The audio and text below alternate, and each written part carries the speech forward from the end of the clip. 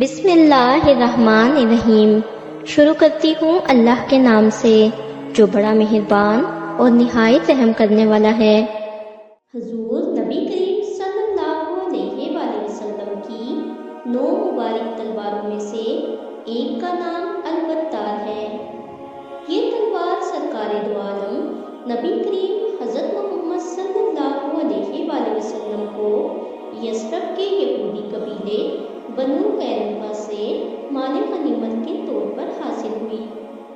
اس تلوار کو سیف الانبیاء یعنی نبیوں کی تلوار بھی کہا جاتا ہے۔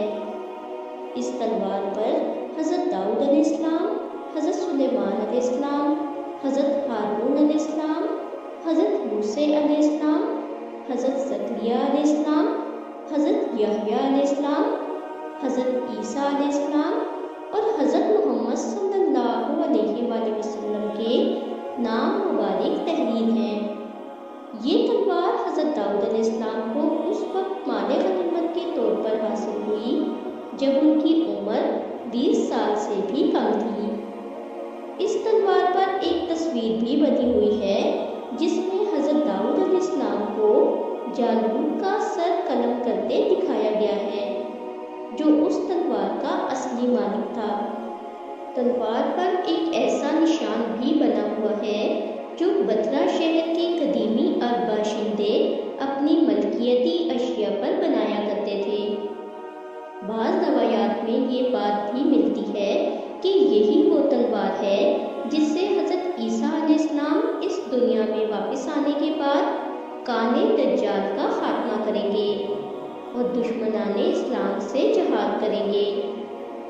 تلوار کی لمبائی 101 سینٹی میٹر ہے اور آج کل یہ تلوار ترکی کے مشہور زمانہ عجائب گھر توپ کاپی استنبول میں محفوظ ہے۔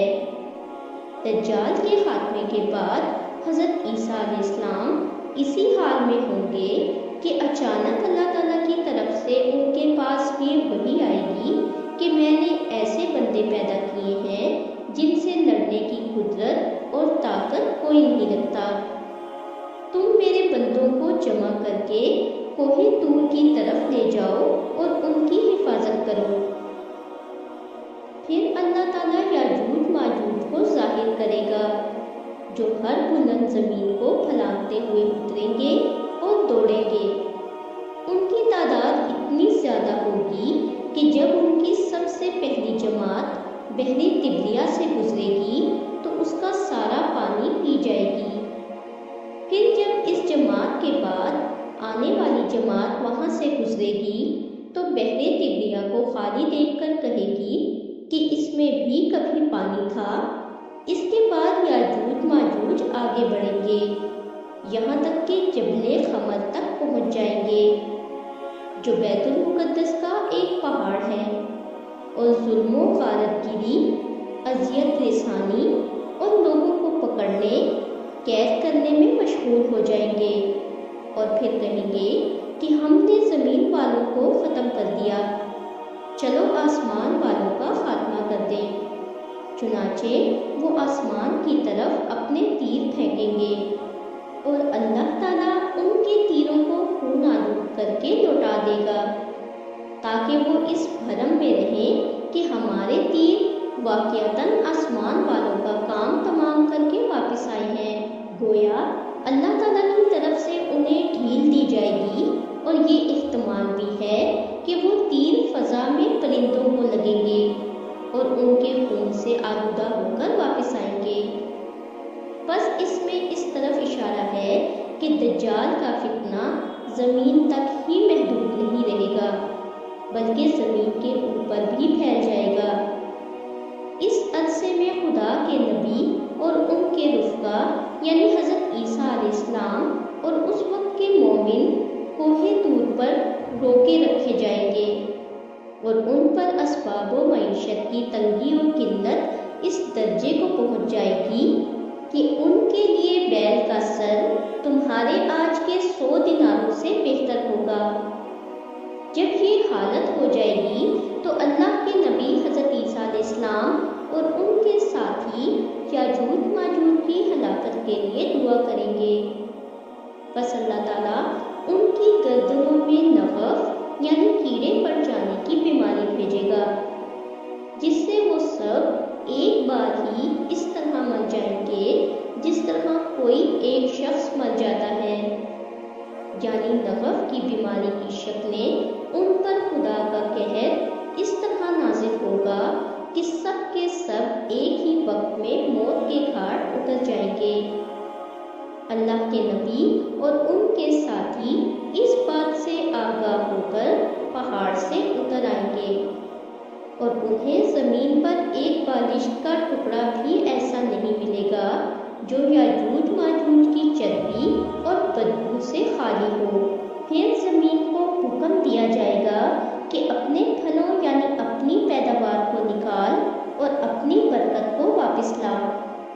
چنانچہ زمین کی پیداوار اس وقت اس قدر بابرکت ہوگی کہ 10 سے لے کر 40 آدمیوں تک کی پوری جماعت ایک انار کے پھل سے سیراب ہو جائے گی، اور اس انار کے چھلکے سے لوگ سایہ حاصل کریں گے۔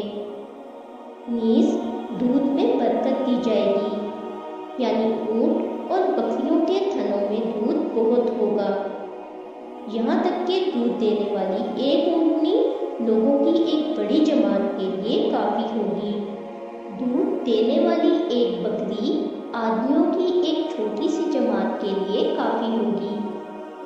بہرحال لوگ اس طرح کی خوشحال اور امن و چین کی زندگی گزار رہے ہوں گے کہ اللہ تعالیٰ ایک خوشبودار ہوا بھیجے گا جو ان کی بغل کے نیچے کے حصے کو پکڑے گی، یعنی اس ہوا کی وجہ سے ان کی بغلوں میں درد پیدا ہوگا، اور پھر وہ ہوا ہر مومن اور ہر مسلمان کی روح قبض کر لے گی، اور صرف بدکار اور شدید لوگ دنیا میں باقی رہ جائیں گے جو آپس میں گدھوں کی طرح رہیں گے، اور انہی لوگوں پر قیامت قائم ہوگی۔